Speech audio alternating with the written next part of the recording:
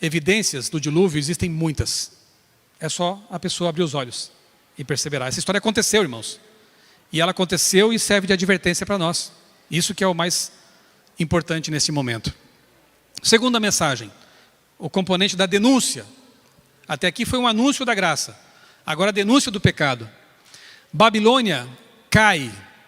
Caiu, repete, ênfase.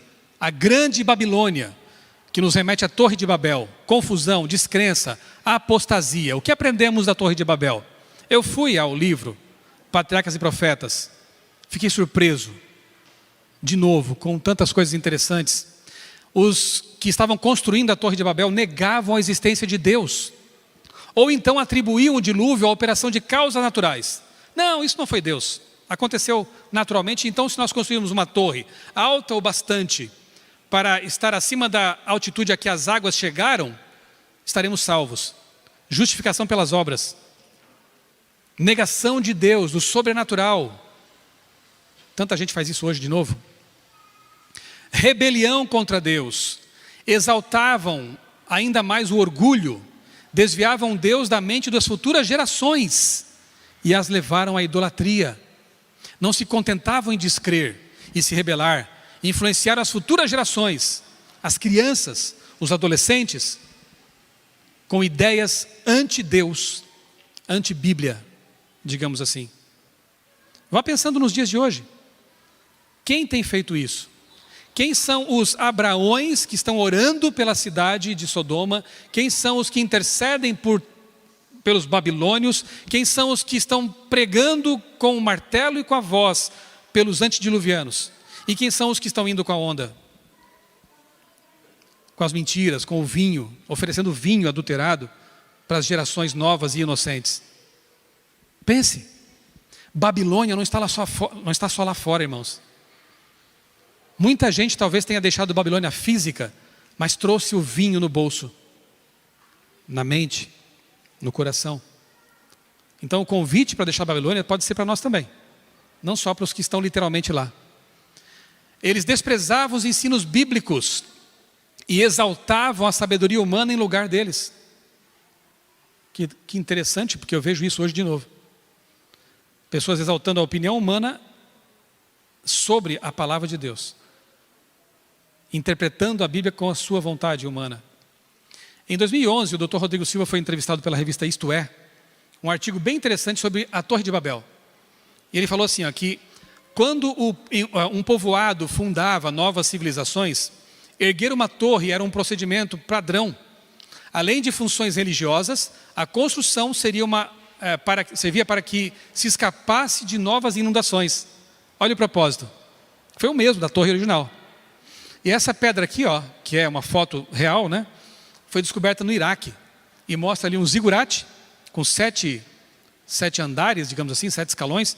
E aqui um soldado babilônico, né? Na verdade foram encontradas mais de 30 ruínas de torres ou zigurates lá na Mesopotâmia, o que prova que eles construíam torres com finalidades religiosas, culto a deuses e também com a ideia de escapar de inundações.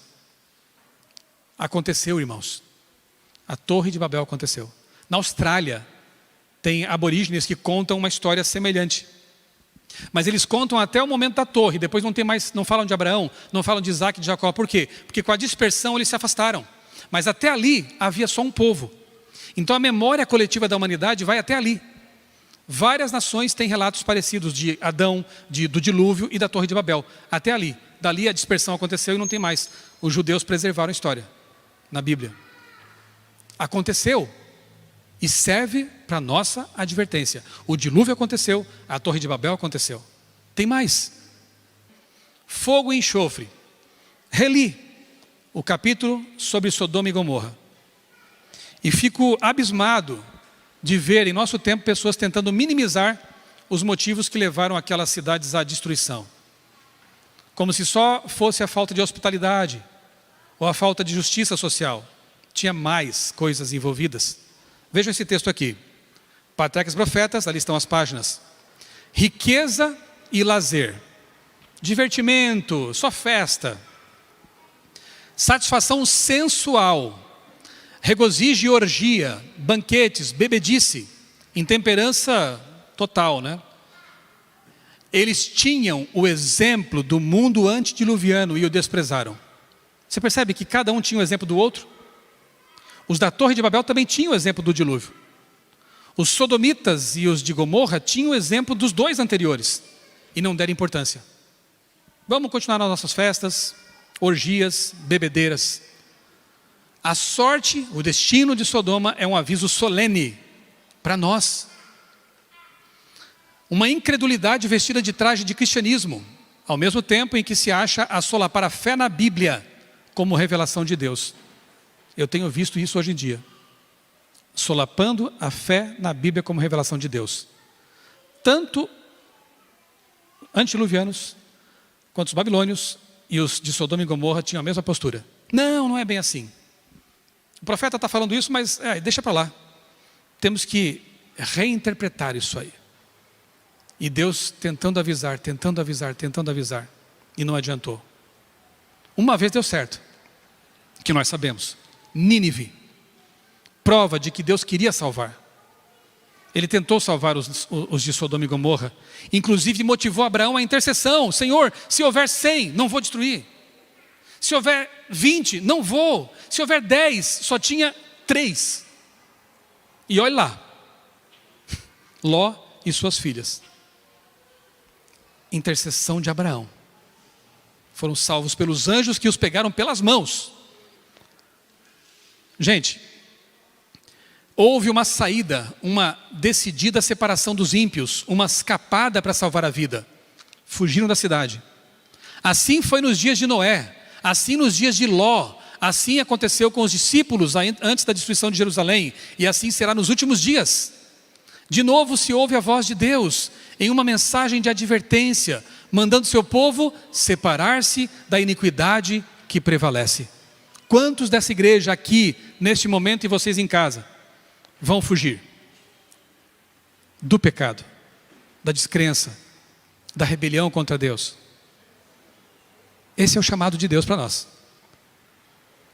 Eu quero fazer um rápido estudo aqui de 3 textos, para mostrar que em Sodoma a coisa era mais grave do que somente falta de hospitalidade, injustiça.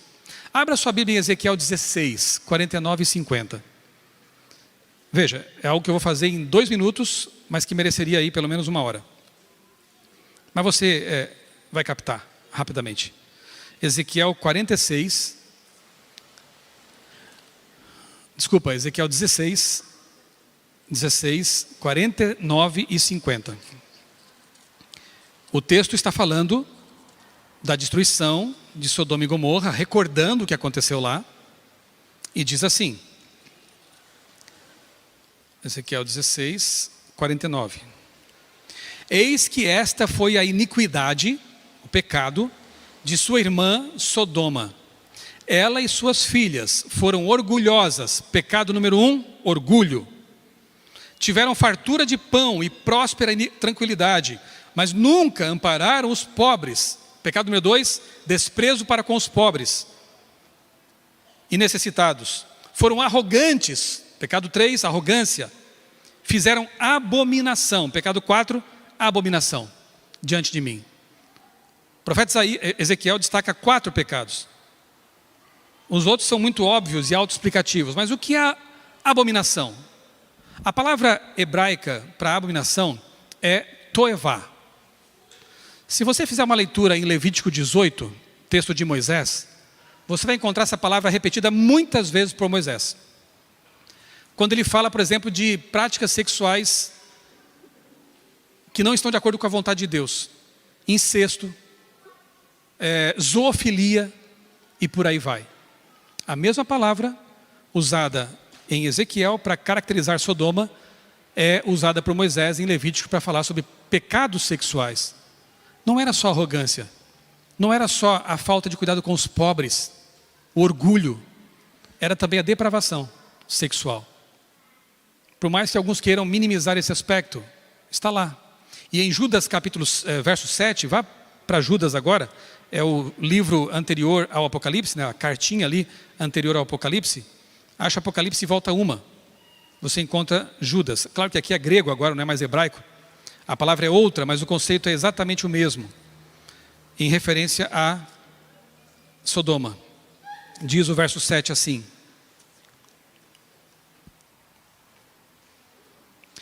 igualmente Sodoma, Gomorra e as cidades vizinhas, que também se entregaram à imoralidade e adotaram práticas contrárias à natureza, foram postas como exemplo do castigo de um fogo eterno.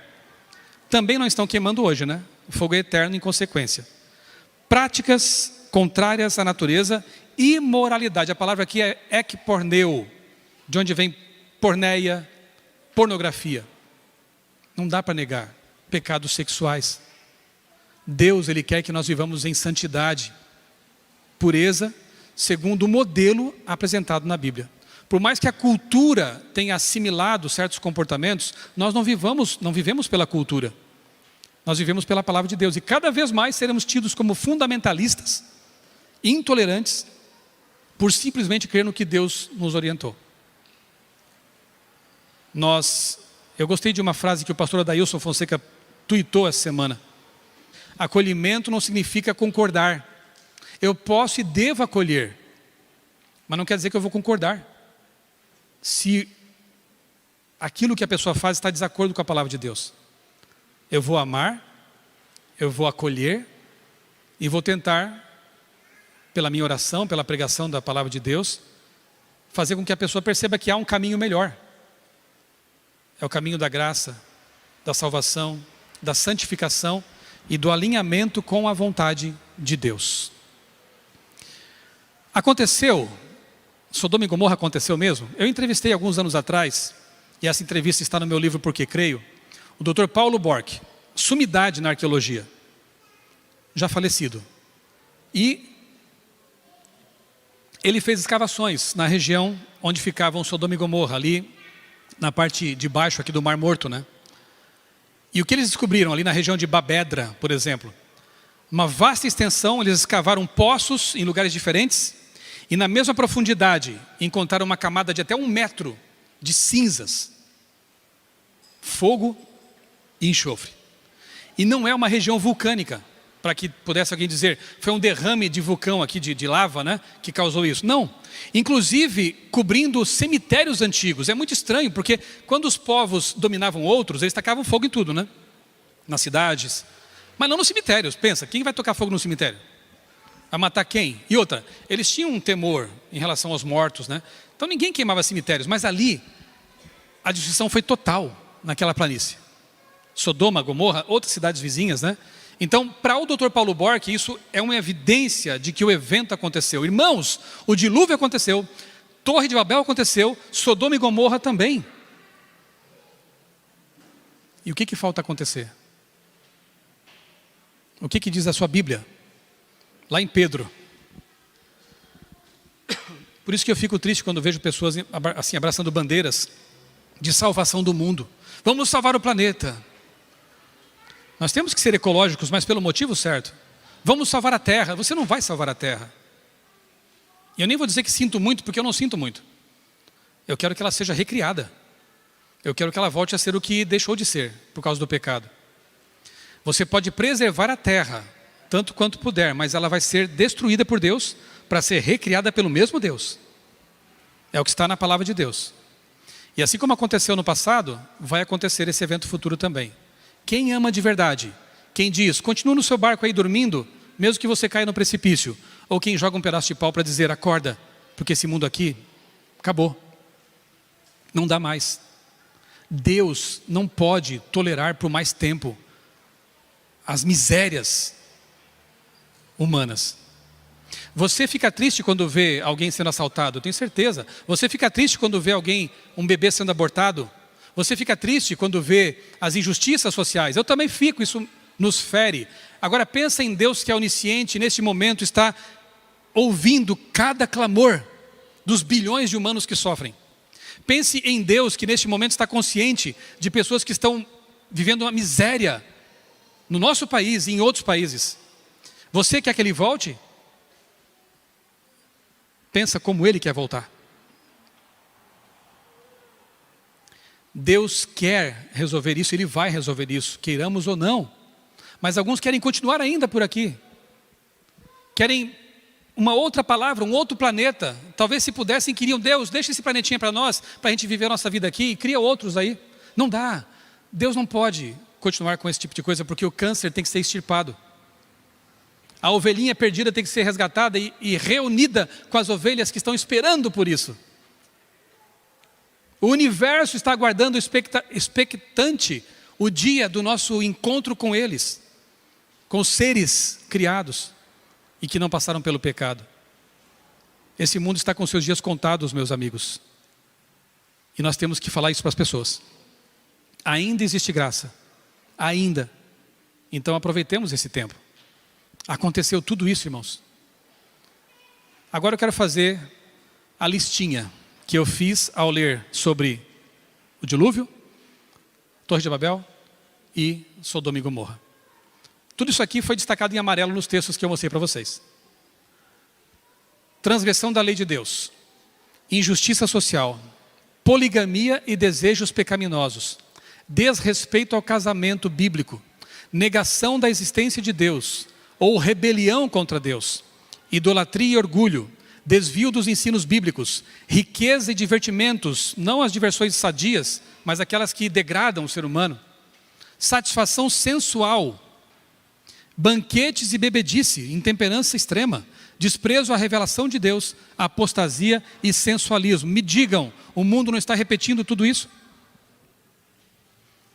Não estamos vivendo no mesmo cenário atualmente? Deus vai intervir. E louvado seja Deus por isso.